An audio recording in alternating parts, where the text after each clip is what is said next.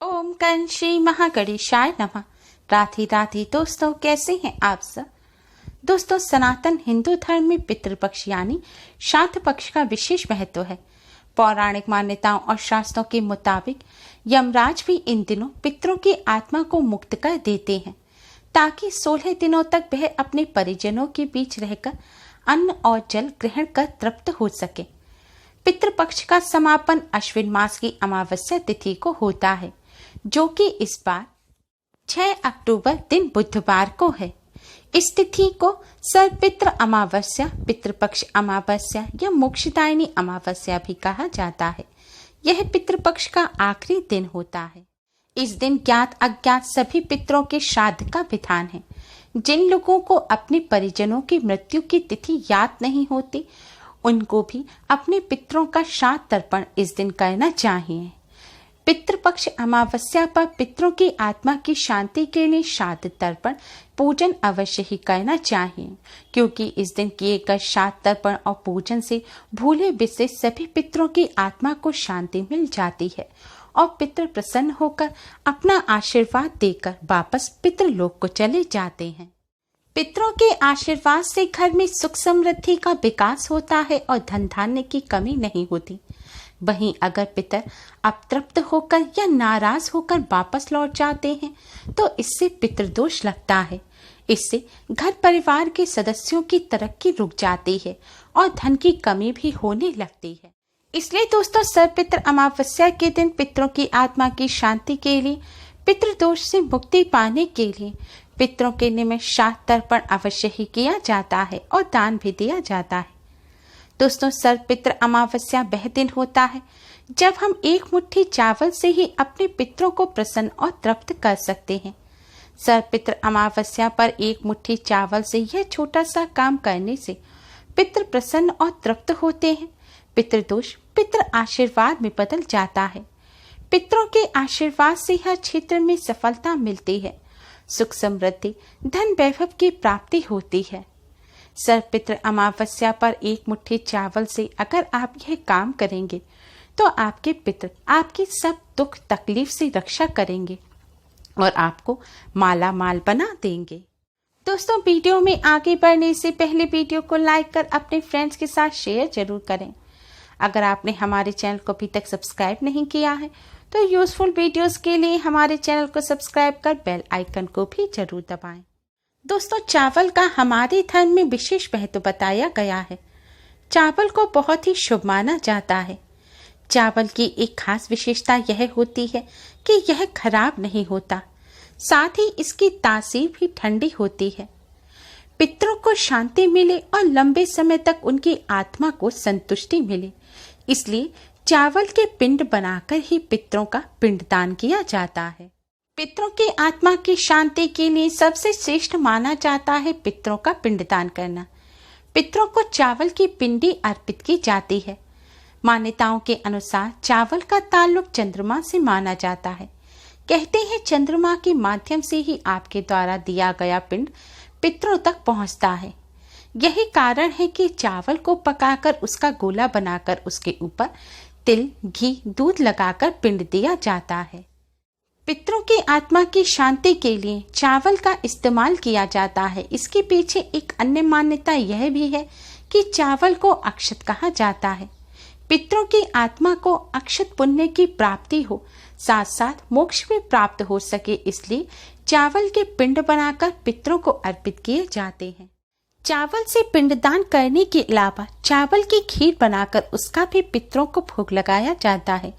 शास्त्रों के अनुसार अमावस्या पर चावल की खीर बनाकर पितरों को भोग लगाने से पितृ तृप्त हो जाते हैं और लंबे समय तक संतुष्ट रहते हैं।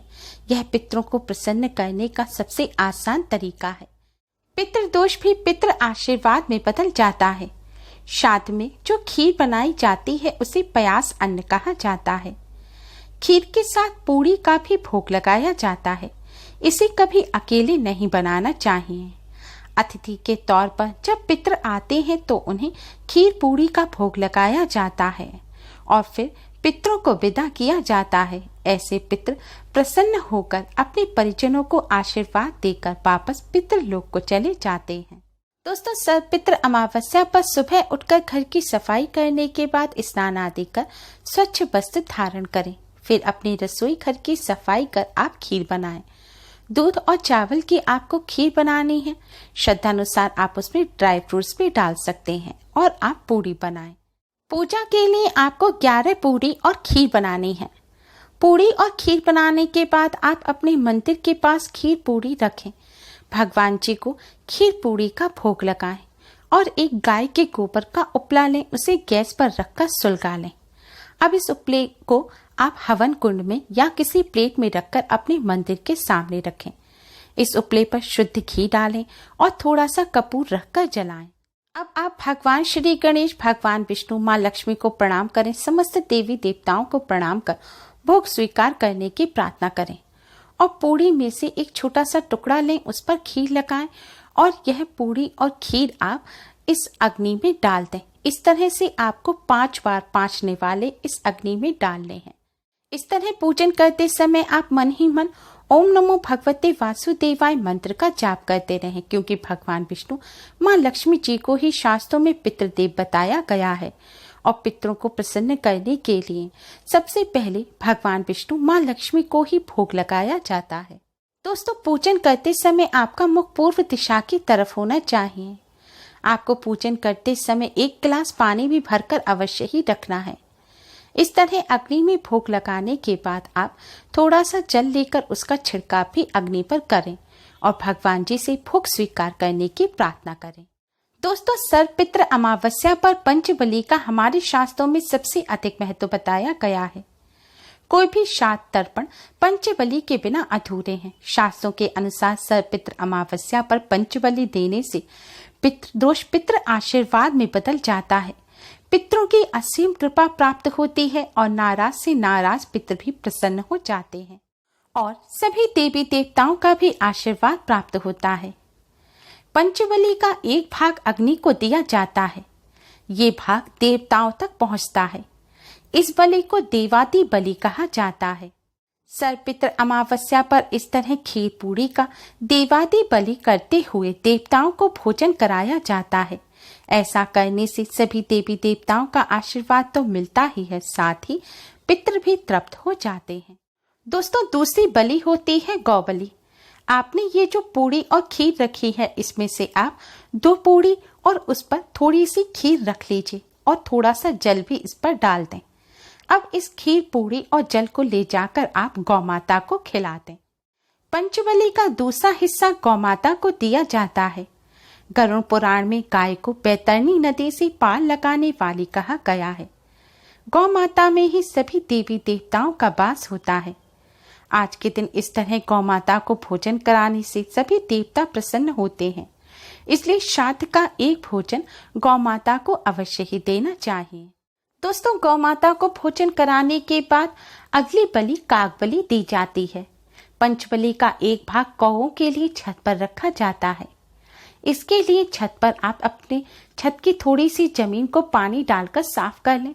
अब वहां पर आप 2 पूरियों के छोटे छोटे टुकड़े करके रख दें और उनके ऊपर थोड़ी खीर डाल दें और थोड़े जल के भी छींटे डाल दें। गरुड़ पुराण के अनुसार कौआ यम का प्रतीक होता है, जो दिशाओं का फलित है। कौए को पितरों का संदेश वाहक भी कहा जाता है। मान्यताओं के अनुसार भगवान श्री राम ने कौए को आशीर्वाद दिया था कि पितरों का भोजन कौए द्वारा स्वीकार करने से यह सीधा पितरों को मिल जाएगा और इससे पितरों को तृप्ति मिलेगी। कौओं को पितरों का स्वरूप माना जाता है। श्राद्ध का भोजन कौओं को खिलाने से पितृ देवता प्रसन्न होते हैं और श्राद्ध करने वाले को अपना आशीर्वाद देते हैं। काग बलि के बाद दोस्तों पिपीलिकादि बलि दी जाती है। इसमें पंचबली का एक हिस्सा चींटियों को दिया जाता है। इसके लिए आप एक दौना लें और उसमें एक पूरी के छोटे छोटे टुकड़े करके रख लें। उस पर घी डालें और जल के छींटे डालें। अब जहाँ चींटियों का घर है या फिर किसी सुनसान स्थान पर आप ले जाकर इस दौने को रखाएं।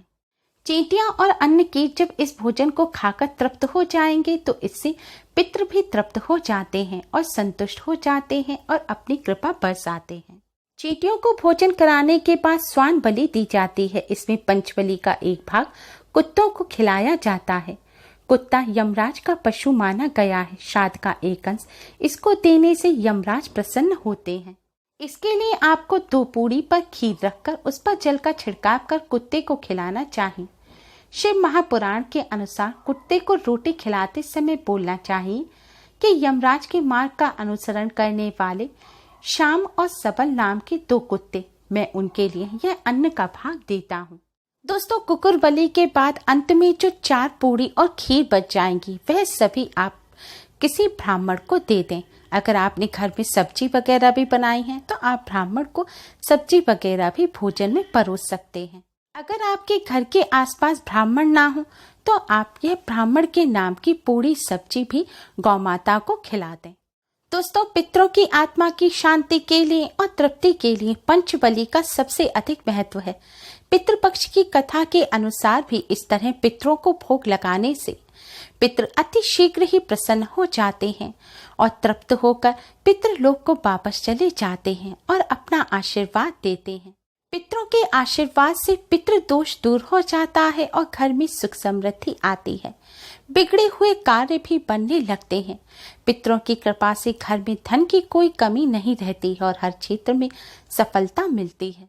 आज के दिन परिवार के सभी सदस्य खीर पूड़ी प्रसाद के रूप में ग्रहण कर सकते हैं, लेकिन जिन खीर पूड़ी का आपने भोग लगाया है उनका आप सेवन ना करें। दोस्तों, इस तरह पूजन करने के पश्चात जाने अनजाने में की गई सभी गलतियों की अपने पितरों से क्षमा अवश्य ही मांगे और पितरों की आत्मा की शांति और मुक्ति की प्रार्थना करें। दोस्तों, आपको एक बात का और विशेष रूप से ध्यान रखना है कि जितने भी आपने यह बलि दी है, जो अग्नि में भोग लगाया है, उसके अलावा जितने भी बलि यानी कि गौ माता, कुत्ते, कौवे का और चींटियों का जो भी भोजन है, उन सब पर आप थोड़ा थोड़ा काला तिल अवश्य ही डालें। शास्त्रों के अनुसार काला तिल डालकर जो भोजन दिया जाता है वह पितरों को मिलता है और बिना काले तिल डालकर अगर भोजन दिया जाए तो वह भूत प्रेत खा लेते हैं। इसलिए इस बात का ध्यान रखें। यह पूजन घर के पुरुष, महिला, बच्चियां कोई भी कर सकते हैं, लेकिन पीरियड के दौरान आप यह पूजन ना करें। उम्मीद है आपको हमारी ये वीडियो पसंद आई होगी। प्लीज लाइक करें। हमारी इस वीडियो को अपने फ्रेंड्स और रिश्तेदारों में ज़्यादा से ज़्यादा शेयर करें, जिससे वह भी इसका लाभ उठा सकें। हमारी और भी वीडियोस के लिए हमारे चैनल को सब्सक्राइब करना ना भूलें। Thanks for watching. Radhe Radhe.